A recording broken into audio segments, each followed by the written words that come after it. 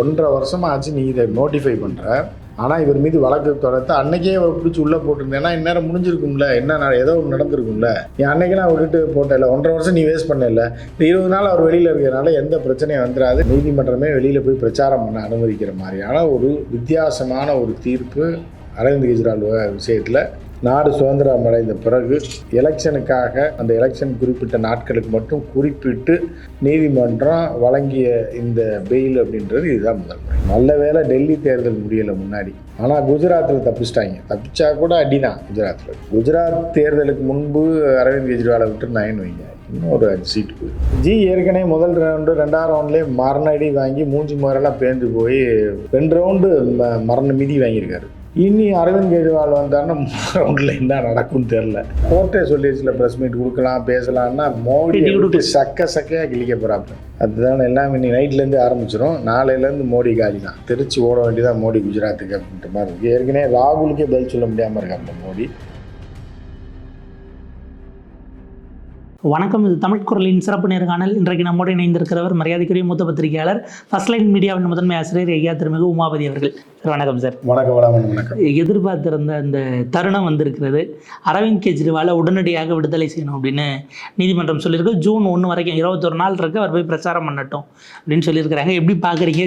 எப்படி உணர்வார்? ஜிக்கு முடிஞ்சு போச்சு அப்படின்னா, ஏன்னா சில சமிக்கைகள் மத்திய அரசு அதிகாரிகளோ ஏன்னா அதே மாதிரி இன்னும் நீதித்துறையில் சில விஷயங்கள் அப்படிலாம் பார்க்கும்போது இந்த மழை வருவது மயிலுக்கு தெரியும் வைங்களேன். அது மழை வருதுன்னா நமக்கே தெரிஞ்சிருக்கணும்ல, ஏன் மயிலுக்கு தான் தெரியுமா அப்படின்னா, அது மயிலுக்கு க்ளீனாக கண்டுபிடிச்சி அந்த வாடகை காற்று இந்த லெவலில் வாடகை காற்று வீசுனா கட்டாயம் மழை வரும் அப்படின்னு தெரியும். இல்லை மழை பெய்கிற மாதிரி இருந்தாலும் மயிலுக்கு தெரியும் மழை பெய்கிற மாதிரி இருக்கும், பெய்யாது அப்படின்னு. ஸோ அந்த மாதிரி இந்த மயிலை போன்றவர்கள் தான். அதனால் நம்ம தேசிய பறவை மயிலை போன்றவர்கள் தான் பல அதிகாரிகள். அவர்களுடைய செயல்பாடுகளை வச்சு இந்த ஆட்சி மாறப்போதா இல்லையா, எவன் காட்சி மாறப்போகுது, எவன் வீட்டுக்கு போக போகிறான், யார் வரப்போகிறான்றது க்ளீனாக தெரிஞ்சிடும். ஸோ அந்த வகையில் தான் பார்த்தீங்க அப்படின்னா இதில் வழக்கறிஞர்கள் தப்பிச்சிருவாங்க. ஏதாவது ஒரு கூட்டாளக்கடி அடித்து போயிடுவாங்க. எதிர்கட்சி வழக்கறிஞராக இருந்தாலும் ஆளுங்கட்சியாக இருந்தாலும் அது வழக்கறிஞர்ன்ற மாதிரி ஆயிரும். மித்த அவர்கள் பழிவாங்கப்படுவார்கள், மாறுவாங்க, எல்லாமே இந்த மாதிரி இருக்கும். ஸோ இப்போ அரவிந்த் கெஜ்ரிவால் விஷயத்தில் நீதிமன்றத்துக்கு நல்லா தெரியுது. ஏன்னா ஆதாரத்தை சப்மிட் பண்ணலை. வழக்கு போட்டோன்னு 1.5 வருஷமாக 2 வருஷமாக இவர் பேரை இழுத்துக்கிட்டே இருக்காங்களே தவிர இவரை கைது செய்யலை. அப்புறம் கடைசியில் சாயந்தரமாக போய் விசாரணைன்ற பேரில் போகிறேன். காலையில் போக முடியாதா, சாயந்தரம் போயிருக்காங்க, நடுராத்திரியில் கைது பண்ணியிருக்காங்க. இது எல்லாமே பார்க்கும்போது நீதிபதிகள் வழக்கறிஞராக இருந்து இல்லைன்னா கீழமை நீதிமன்ற நீதிபதிகளாக இருந்து எல்லா கூத்தையும் பார்த்துட்டு தான் அவங்க உச்சநீதிமன்றத்துக்கு வராங்க. வானத்திலேருந்து பொத்துக்கிட்டு உச்சநீதிமன்றத்தில் இல்லை, எல்லா அனுபவமும் எல்லா டெக்னிக்கும் அவங்களுக்கு தெரியும். இருந்தாலும் அவர்களாக ஒரு முடிவு எடுக்க முடியாது. அங்கே என்ன வாதம் பிரதிவாதத்தை வச்சு தான் முடிவெடுக்க முடியுன்ற வகையில் வாதிகள் சொல்வதையும் பிரதிவாதிகள் சார்பில் சொல்லப்படுவதையும் கேட்கும்போதே எது பொய் உண்மைன்னு அவர்களுக்கு தெரியும். அது தீர்ப்பில் பிரதிபலித்தா கூட உச்சநீதிமன்றம் மத்திய அரசையும் அதே மாதிரி உயர்நீதிமன்றம் தேவையற்ற வகையில் ஏன்னா அரசியல் சட்டத்துக்குள்ளேயோ இல்லை அந்த ஆளும் கட்சிக்கு எதிராகவோ தேவையற்ற வகையில் உள்ள தலையிடாது. அவர்கள் என்ன போக்கில் போகிறாங்க, என்ன சொல்கிறாங்க அப்படின்ற மாதிரி அதையும் பார்த்து கொண்டு தான் போகுமே தவிர தடாலடியாக நீதிபதிகள் எந்த முடிவும் எடுக்க மாட்டாங்க. அந்த வகையில் என்னென்னா துஷார் மேத்தாவுடைய வாதங்களை கேட்குறாங்க. போன முறையே பெயில் வழங்கக்கூடிய ஒரு வழங்கினா என்ன ஆகும், எப்படி ஆகும், ஏதாகும், என்ன ஆகும்லாம் இவர்கிட்ட கருத்து கேட்குறாங்க. ஆனால் இவர்கள் அப்படி இல்லை இப்படி இல்லை, கொடுங்குற்றவாளி போலவும் வெளியே விட்டிங்கன்னா எப்படி ஒரு 500 பேரை கொண்டு இந்த மாதிரியான ஒரு கொடுங்குற்றவாளியை காட்டாரு. இந்த மாதிரியாலாம் வாதாடினாங்க. அப்படியாக ஒரு வெளியே போனார்னா அதை கழிச்சிருவார், இதை கழிச்சிருவார் இப்படிலாம் சொன்னோடனே நீதிமன்றம் அப்படி பார்த்துட்டே இருந்தது. சரி இன்னும் ஒரு 4 நாள் டைம் கொடுத்து பார்ப்போம் அப்படின்னு பார்க்கும்போது அன்றைக்கே மேட்ரை ஃபுல்லாமே சொல்லிட்டாங்க. நீதிமன்றம் ஆஃப் தி கோர்ட்டில் இதெல்லாம் இப்படிலாம் இருக்குது, இப்படி இருக்குது, ஏங்க இது விட்டால் என்ன ஆகும், பெயிலில் விட்டால் என்ன ஆகும், என்ன ஏன் நீங்கள் வழக்குகளை தாமதப்படுத்துனீங்க, நீங்களே 1.5 வருஷமாக இது பண்ணல எல்லாம் கேட்டுருந்துச்சு. இன்றைக்கி அதை தான் கேட்டாங்க. இன்றைக்கி என்னென்னா டைரெக்டாக பெயிலுக்கு போயிட்டாங்க. ஏன்னா அதுக்கு முன்னாடிலாம் அரவிந்த் கெஜ்ரிவால் பெயிலுக்கு போகல. அது வந்து சரியாக தவறான்ற வாதங்கள் நீண்ட நாட்களுக்கு போகும். ஏன்னா இந்த வழக்கே தவறான முகாந்திரத்தோடு தொடரப்பட்டது அப்படின்னா அரவிந்த் கெஜ்ரிவால் போனார், பெயில் கேட்கல. ஸோ அப்படி இருக்கும்போது அதில் பெயில் அவர்களாக வழி வந்து கொடுக்க முடியாது. இருந்த போதிலும் அந்த பார்த்து இது சரியாக தவறான்றதுக்கு நீண்ட நாள் ஆகும். அப்போ கேஸே உடஞ்சிரும், பெயிலுன்னு இருக்காது, கேஸே உடஞ்சிரும். ஸோ இந்த வகையில் தான் அவர் அரவிந்த் கெஜ்ரிவால் ஒரு டிஃப்ரெண்ட்டான ஒரு மூவ் வச்சார். அவரே ஆஜரானார். அப்படி இருக்கும்போது கடைசியில் நீதிமன்றம் ஒரு முடிவு எடுத்துருச்சு. தேர்தல் பிரச்சாரத்தின் போது ஒரு மிகப்பெரிய அரசியல் தலைவராக, அதாவது நாடு முழுவதும் ஒரு அகில இந்திய கட்சியாக உருமாறி வரக்கூடிய இந்த அரவிந்த் கெஜ்ரிவாலுடைய ஆம் ஆத்மி பார்ட்டியை முடக்குவதற்கான முயற்சியாக இது இருந்தால் என்ன பண்ணுறது அப்படின்ற மாதிரியான ஒரு விஷயத்தை சொல்லி, அவருக்கு பிரச்சாரம் பண்ணுறதுக்கு உரிமை இருக்குது, பிரச்சாரம் ஏன்னா தேர்தல் நேரத்தில் ஏன் அவரை கைது செய்தீங்கன்ற போன்ற இதெல்லாம் கேட்டாங்க. அதுக்கு இவர்கள் அதெல்லாம் கிடையாது, இது வழக்கு போச்சு நாங்கள் கைது பண்ணோம் அப்படின்லாம் சொல்லியும் கடைசியில், ஏன்னா நீதிமன்றத்துக்கு தெரியும்ல தேர்தலுக்கு முன்னாடி எதுக்கு இது பண்ணுறாங்க அப்படின்னு. நல்ல வேளை டெல்லி தேர்தல் முடியலை முன்னாடி. ஆனால் குஜராத்தில் தப்பிச்சிட்டாங்க. தப்பிச்சா கூட அடி தான் குஜராத்தில். குஜராத் தேர்தலுக்கு முன்பு அரவிந்த் கெஜ்ரிவாலை விட்டுருந்தாங்கன்னு வைங்க, இன்னும் ஒரு 5 சீட்டு போயிடும். அப்போ வந்து நீதிமன்றம் என்ன முடிவு பண்ணுறதுனா, எல்லாருக்கும் அந்த உரிமை இருக்குது. ஒரு வளர்ந்து வரக்கூடிய கட்சி தலைவர் 2 மாநிலங்களை கையில் வச்சுருக்காரு. அப்போ வந்து இதெல்லாம் வந்து அவர்கள் சட்ட ரீதியாக பார்த்தாலும் கூட வெளியில் வரக்கூடிய செய்திகளும் வெளியே இருக்கக்கூடிய அரசியலும் அவர்களுக்கு தெரியாமல் இருக்கும். அவர்கள் சராசரி மனிதர்கள் தானே. ஸோ அப்படி இருக்கும்போது பார்க்குறாங்க, தேர்தல் நேரத்தில் இவரை முடக்குவதற்காகவும் காங்கிரஸுக்கு இணையான ஒரு அகில இந்திய கட்சியாக உருவெடுத்து வரக்கூடிய 3-4 மாநிலத்தில் இந்த முறை செல்வாக்கை செலுத்தக்கூடிய கட்சி அப்படின்னு அறியப்படக்கூடிய அரவிந்த் கெஜ்ரிவால் கட்சியை இவர்கள் முடக்குவதற்காக இந்த மாதிரி பண்ணியிருந்தால் என்ன ஆகும் அப்படின்னு முடிவு பண்ணி என்ன பண்ணுறாங்கன்னா, அவர்கள் இந்த தீர்ப்பை வழங்கும் போதே சொல்கிறாங்க, 20 நாள் இவர் வெளியே இருந்தால் என்ன ஆயிருங்க, 1.5 வருஷமாக ஆச்சு நீ இதை நோட்டிஃபை பண்ணுற, ஆனால் இவர் மீது வழக்கு தொடர்த்து அன்றைக்கே அவரை பிடிச்சி உள்ளே போட்டிருந்தேன்னா இந்நேரம் முடிஞ்சிருக்கும்ல, என்ன ஏதோ ஒன்று நடந்திருக்கும்ல. நீ அன்றைக்கெல்லாம் விட்டுட்டு போட்டல, 1.5 வருஷம் நீ வேஸ்ட் பண்ணல. இந்த 20 நாள் அவர் வெளியில் இருக்கிறதுனால எந்த பிரச்சனையும் வந்துடாது, நீ பார்த்துக்கலாம். அவரும் இந்த பிரச்சாரம் முடிஞ்சோடனே அவரே வந்து ஆஜராகிற மாதிரி, அதாவது சிறையில் இருக்கிறவர்களை வெளியில் விடுற மாதிரி, நீதிமன்றமே வெளியில் போய் பிரச்சாரம் பண்ண அனுமதிக்கிற மாதிரியான ஒரு வித்தியாசமான ஒரு தீர்ப்பு அரவிந்த் கெஜ்ரிவால் விஷயத்தில். நாடு சுதந்திரம் அடைந்த பிறகு எலெக்ஷனுக்காக வழக்கு தொடரப்பட்ட ஒரு வழக்கிலிருந்து ஒருத்தருக்கு எலெக்ஷனுக்காக மட்டும், அந்த எலெக்ஷன் குறிப்பிட்ட நாட்களுக்கு மட்டும் குறிப்பிட்டு நீதிமன்றம் வழங்கிய இந்த பெயில் அப்படின்றது இதுதான் முதல் முறை. ஏன்னா இந்த மாதிரி பிஎம்எல்ஏலே நிறைய பேர் இது பண்ணியிருக்காங்க. அமலாக்கத்துறை எடுத்துகிட்டு போய் பல பேரை வருஷக்கணக்கில் வச்சுருக்கு அப்படிங்கிறதெல்லாம் பார்க்குறோம். இப்போ கவிதா கேசிஆர்லாம் உள்ளே போனவங்க இதுக்கப்புறம் எப்போ திரும்புவாங்கன்னு சொல்ல முடியாது. இவங்க எதுக்காக இவங்கன்னா எல்லாத்தையும் கண்டுபிடிச்சிட்டாங்க. ஒரு வழக்கு தொடருவாங்க எப்போவுமே இந்தியாவில் வந்து. இப்போ நம்ம பொதுவாக பார்த்தோன்னா ஒருத்தர் மேலே வழக்கு தொடருவாங்க. அவர் 1 மாதமோ 30 நாளோ 15 நாளோ 35 நாளோ 45 நாளோ இருப்பார். பெயில் போடுறதுக்கு அவருக்கு ஒரு 30 நாளோ ஏதோ ஒவ்வொரு இடத்துல ஒரு டைம் இருக்குது, ஒவ்வொரு வழக்கில் ஒரு டைம் இருக்குது, 15 நாள் இருக்குது, 30 நாள் இருக்குது, இல்லை ஐயா 3 மாதம் இருக்கே கழித்து பெயில் போடலாம். 90 நாளைக்கு அப்புறம் சார்ஜ் ஷீட் போடல அப்படின்னா பெயில் போடுவாங்க. போனால் அவர் பெயிலில் வந்துடுவார். வழக்கு நீண்ட காலத்துக்கு நடக்கும், ஷார்ட்டாகவும் நடக்கும். இதுதான் நம்ம கேள்விப்பட்டிருக்கோம். ஆனால் இவங்க வந்து கொடூரமாக சர்வாதிகார முறைப்படி எந்தவித முகாந்திரமும் இல்லாமல், சரியான ஆதாரங்கள், ஆவண ஆதாரங்கள் இல்லாமல், டாக்குமெண்ட்ஸ் இல்லாமல் முதலமைச்சர்களாக இருக்கக்கூடியவர்களையும் அமைச்சர்களாக இருக்கக்கூடியவர்களையே பிடிச்சி போட்டு இந்த மாதிரி ஒரு கொடுமை வந்து இந்த நாட்டில் சுதந்திர இந்தியாவில் இது போன்று நடந்ததே இல்லை. ஒருவேளை இந்திரா காந்தியோட எமர்ஜென்சியில் அப்படி நடந்துச்சான்னு தெரியல. அதற்கு இணையான எமர்ஜென்சியை விட மோசமான ஒரு சூழலில் இவர்கள் முதலமைச்சர்கள் மீது ஆட்சியில் இருக்கக்கூடிய அப்படியே கொண்டு போய் வச்சுருக்காங்க. அப்போ வந்து இதுக்கு முன்னாடி துணை அமைச்சராக இருக்கக்கூடிய சிசோடியாவை பிடிச்சிட்டு போய் 2 வருஷம் ஆகுது. நீதிமன்றமும் ஏன் பெயில் தரலன்றது ஒரு கேள்விக்குறியாக இருக்குது. அப்படி என்ன இந்த நாட்டில் கொடுங்குற்றம் செய்து விட்டார்கள், இதை விட கொடுங்குற்றம் செஞ்சவனா வெளியில் இருக்கானே, இவர்களை என்ன சிசோடியா லஞ்சம் வாங்கிட்டாரு அப்படின்னு எந்த முகாந்திரம் இதுவரைக்கும் சொல்கிறாங்க கோர்ட்டில், எந்தவித ஆதாரங்களே இதுவரைக்கும் சப்மிட் பண்ணலன்றாங்க. அப்படி இருக்கும்போது ஒருத்தர் எப்படி 2 வருஷம் உள்ளே இருக்காரு அப்படின்றதே ஒரு கேள்விக்குறியாக இருக்குது. இதற்கெல்லாம் மக்கள் வந்து இந்த தேர்தலில் பெரிய பதில் அளிப்பாங்க. அதுக்கான இதாக இருக்குது. இப்போ அரவிந்த் கெஜ்ரிவால் வெளியே வந்துட்டார் அப்படிங்கும்போது கவுபெல்ட்டில் பெரிய செருப்படி பிஜேபி.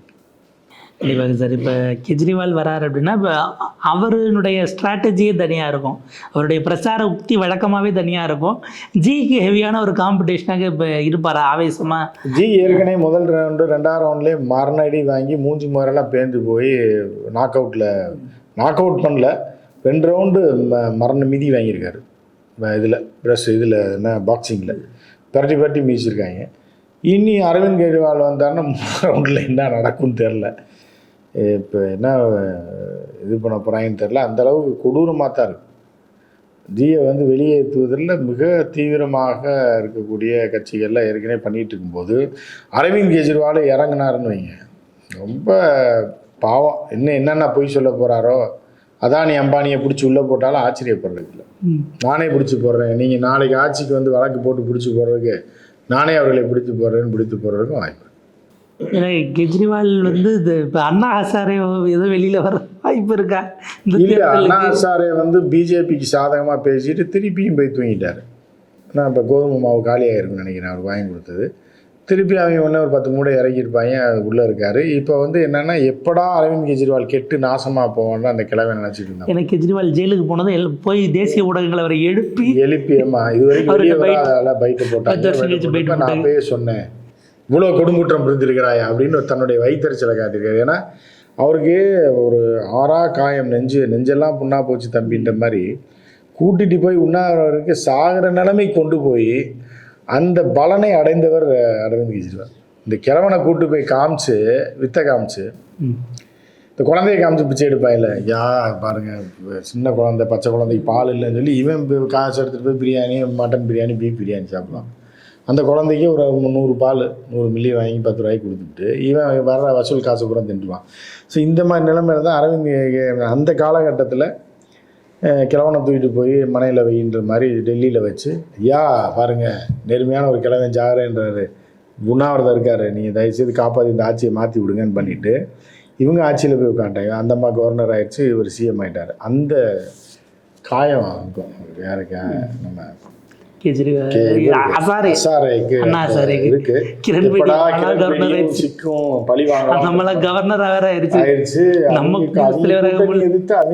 இது பண்ணி ஆட்சியை பிடிச்சி கவர்னர் ஆகிட்டு நம்மளை தெருவில் விட்டு திருப்பி கொண்டாந்து இதே இருந்த வீட்டில் இதே ரொட்டியை தின்னுட்டு நான் அப்பயே இருந்திருப்பேனே, மகாராஷ்டிராலே இருந்திருப்பேனே. என்னையை கொண்டு வந்து டெல்லி வரைக்கும் ஃப்ளைட் ஏற வச்சு சாகிற நிலைமை கொண்டு போனாங்களே, உண்ணாவிரதம் இருக்க வச்சு, சோறும் போடாமல் சோறு தண்ணி இல்லாமல் நான் உண்ணாவிரதத்தை கலைக்கிறேன்றேன். இன்னும் 4 நாள் இருந்துட்டிங்கன்னா உலக சாதனைன்றது எல்லாமே பண்ணது பூரா கெஜ்ரிவால். அதை சாப்பிட விடாமல் படுக்க வச்சு பச்சை தண்ணி கூட கொடுக்காம பண்ணி அதோட பலனை அனுபவிச்சு சிஎம் ஆகிட்டார்ல. அந்த ஒரு மனசில் வைத்தறிச்சல் இருக்கும். எப்படியும் கெஜ்ரிவாலை நம்ம காலம் இருக்கும்போதே கெஜ்ரிவால் கவுத்தி விட்டுருணும்னு நினச்சிருப்பாரு. இப்போ கரெக்டாக உள்ளே பிடிச்சி போட்ட உடனே பத்தியா செஞ்சுட்டேன்னு இவரே காட்டி கொடுக்க பார்த்தாரு. நீங்கள் என்னடா பிஜேபி கூட சேர்றது, நானே போய் சேர்ந்துட்டேன்னா என்னடா பண்ணுவீங்கன்னு சொல்லிட்டு பிஜேபிக்கு சாதகமாக பேட்டி கொடுத்தாரு. இப்போ திருப்பி குடியில் போகிறார். திருப்பி அடுத்து இந்த மோடுக்கு போயிடுவார். மோடுக்கு போயிட்டாருன்னா அப்படியே திருப்பி என்னடா இது, நம்ம திருப்பி ஒரு முடிவு பண்ணோம், அரவிந்த் கெஜ்ரிவாலை பிடிச்சி போட்டுருவாங்க, காலி ஆயிடுவான்னு பார்த்தோம், வந்துட்டார். இனி வந்து திருப்பி நம்ம பிஜேபிக்கு போனால் அவங்க நாசமாயிடுறாங்க, இவங்களை எடுத்து அவங்க நாசமாயிடுறாங்க அப்படின்ற மாதிரியான ஒரு நிலையில் தான் இருக்காப்புல. அரவிந்த் கெஜ்ரிவால் பார்ப்பப்பில் சரி ரைட்டு, நமக்காக உதவி செஞ்ச ஆள், அந்த நன்றி மறக்கூடாதுன்றதுக்காக பதில் பேசாமல் இருக்காப்புல. இப்போ வந்து வேறு மாதிரியான பிரச்சாரத்தில் இறங்குவாப்புல.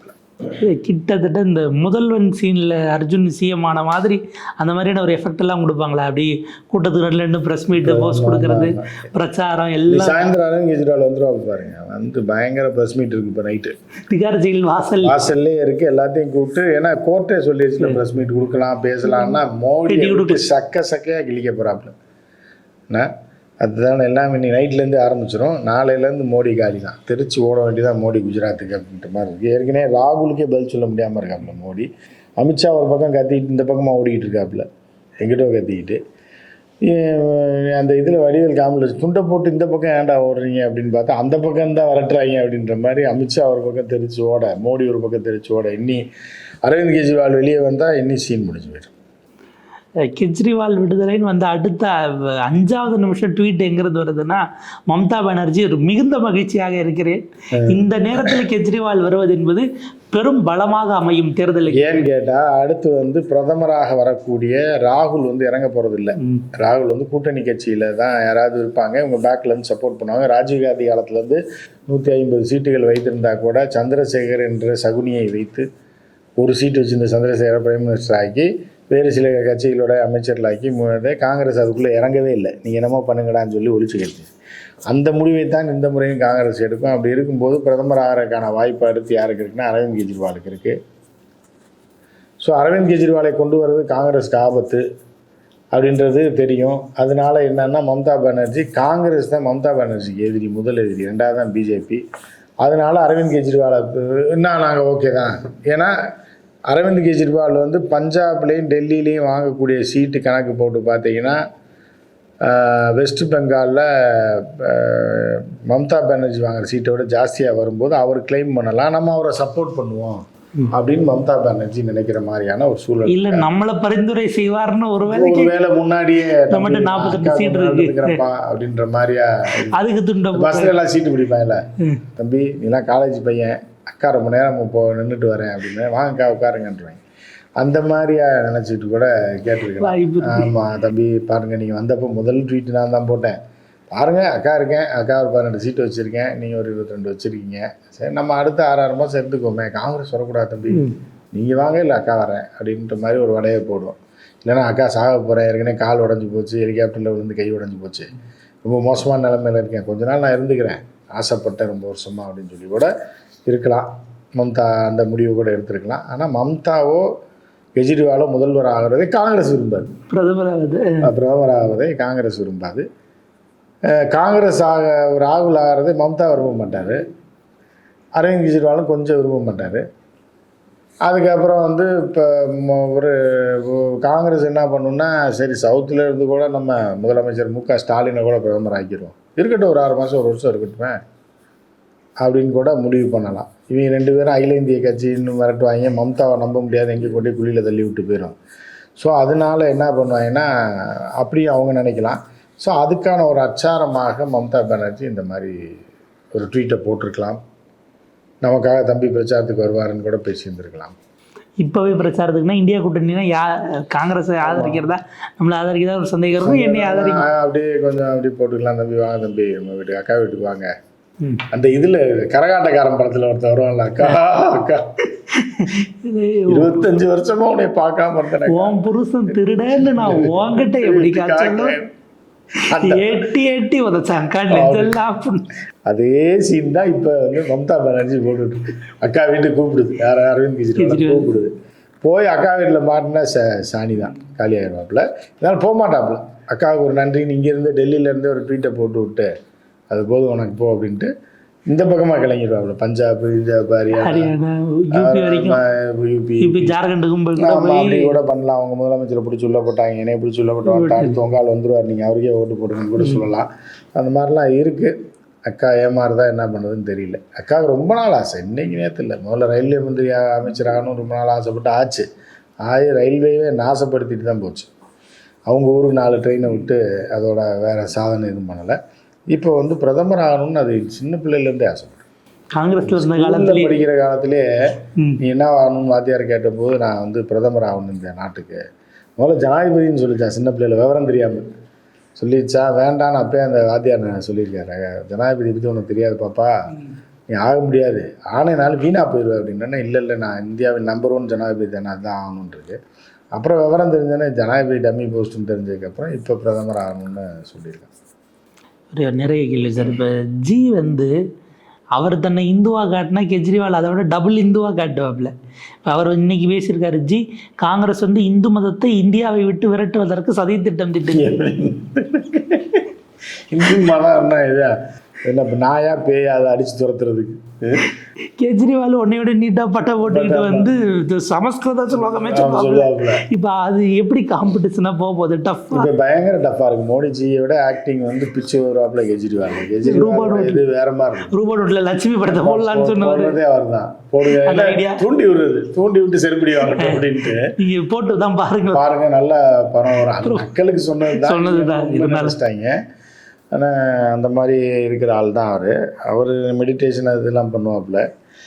மாய வித்தைகள் மந்திரம்லாம் தெரியுமான்னு தெரியல. ஆனால் மெடிடேஷன்னு இதெல்லாம் விபர்சனாலாம் போகக்கூடிய ஆள் தான், விபர்சனால தீவிரம் தான். இருந்தாலும் இப்போ வெளியில் வந்தாப்புலன்னா பெரிய உற்சாகத்தோடு வருவார். வந்து 20 நாள் அவங்க ஒய்ஃப் கையால் பருப்பு, தாள், ரொட்டி, இட்டிலாம் 2 நாளைக்கு நல்லா சமைச்சு போட்டு சாப்பிட்டு இறங்கினாப்புலன்னு வைங்க, அடி சாவடி இருக்குது மோடிஜி. ஏன்னா அவரும் இப்போ மெடிடேஷன் அது இது இந்த யோகா ஈகாலாம் அந்த உருளையில் பொறுத்து உருள்றது இது பண்ணுறது, அந்த மயில் தாங்க பாவம். அந்த மயில் குரங்கெல்லாம் வளர்க்குறாங்க பிரதமர் வீட்டில். இப்போ இவர் பதவி போயிடுச்சுன்னா அதெல்லாம் எங்கே போகும், அங்கேயே இருக்குமா இல்லை இவர் கூட கொண்டு போயிடுவாரா என்னன்னு தெரில. நான் அமித்ஷாட்ட விட்டால் ஒரு நாள் போல் ஒரு நாள் இருக்காது. டென்ஷனில் வந்தேன்னா கழுத்தை திரி சூப் வச்சுருவாங்க. நான் ஒரு டென்ஷன் பார்ட்டி. அதனால் என்ன பண்ணுறாங்கன்னு தெரியல. அந்த மாதிரியான ஒரு டஃப் ஃபைட் இருக்குது. அப்படி அரவிந்த் கெஜ்ரிவால் வந்தால் முடிஞ்சு சீன். இல்லை மயிலெலாம் வளர்க்கக்கூடாது, சில விலங்குகள்லாம் வளர்க்கக்கூடாது. ஆனால் அவங்க வளர்ப்பாங்க. பிரதமராக இருக்கிறவர்கள் அவர் வீட்டில் அது வந்துச்சுன்ற பிரதமர் வளர்க்கலை, அது ரொம்ப வருஷமாக இருக்குன்றாங்க. நம்ம வளர்த்தாதான் இவங்க கூட்டு வந்து வளர்க்குறாங்க, காசு கொடுத்துருந்தாங்க. அவங்க என்ன அதை இற போட்டாரு அது வந்துச்சு. கிளி ஜோசியை பார்த்த வரையும் பிடிக்கிறாங்க. ஆமாம் பிடிக்கிறாங்க. பிரதமரை விட்டு அன்பால் நேசிச்சு அந்த மயில் வந்துச்சு. அவர் கையில் வந்து சில இதை வச்சுருந்தார், தீனியை வச்சுருந்தனால அந்த மயில் வந்து நல்ல மனுஷனாக இருக்காரு அப்படின்னு பார்த்து இவரை விரும்பி அங்கேருந்து பறந்து வந்து அந்த இதை தின்னுட்டு போச்சுன்றாங்க. நம்ம பிடிச்சோம்னா நம்ம விரட்டி போய் இந்த மயிலை வந்து காட்டிலேருந்து பிடிச்சிட்டு வந்து கொல்ல பார்த்தேன்றாங்க. ஈடி வரைக்கும் எப்படி அந்த கூட்டு வந்தாங்கன்னா ஈடி வரும், சிபிஐ வரும், கிளி வச்சுருந்தவனுக்குலாம் சிபிஐ வரும். எல்லாம் வந்து வளைச்சி பிடிப்பாங்க.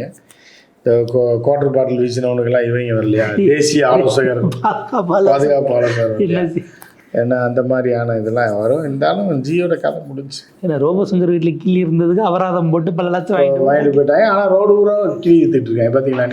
இங்கே கூட வளர்ச்சி கடை லைவ். அப்போ அது வந்து இது கிடையாதா, அது பறவை கிடையாது, பாவம் கிடையாது.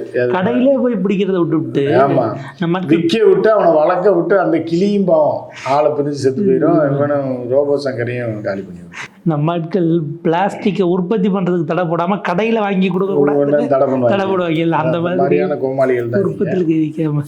ஸோ அந்த மாதிரியான ஒரு இதில் ஜி வந்து எப்படியும் வந்து இந்த மயிலுக்கு தான் பாவம், என்ன பண்ணுறதுன்னு தெரில. பாப்போம் சார்.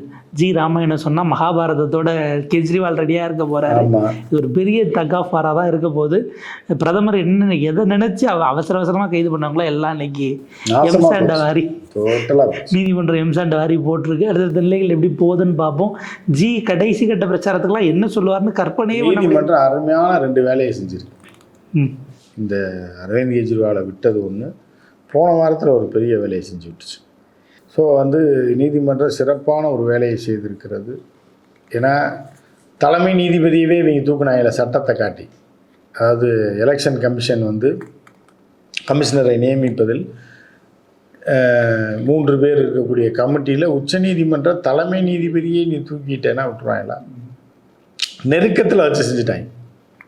அதாவது எப்படின்னா கல்யாணம் ஒரு 15 நாளைக்கு முன்னாடியே பொண்ணு ஓடி போச்சுன்னா கூட கல்யாணத்தை நிறுத்திருப்பாங்க, பத்திரிக்கை கொடுக்குறதெல்லாம் நிறுத்திருப்பாங்க. சரி ஓடி போச்சு முதல் நாள் நைட்டு தூக்குனாங்கன்னா என்ன ஆகும், எவ்வளோ லட்சம் வேஸ்ட்டாக போகுது. கல்யாண மண்டபத்துக்கு கொடுத்த காசு, சமையல்காரன் எல்லாம் காய்கறியெல்லாம் நறுக்கி வச்சுருப்பான், ரேடியோ செட்டுக்காரன் வந்திருப்பான், மேக்கப் போடுற கால் வந்துருப்பாங்க, துணியெல்லாம் எடுத்துருப்பாங்க, பட்டு சேலை நகைகள்லாம் எல்லாம் வாங்கி கடைசி நேரத்தில் ஏமாற்றிட்டு ஓடி போச்சுன்னா ஏறி போச்சு.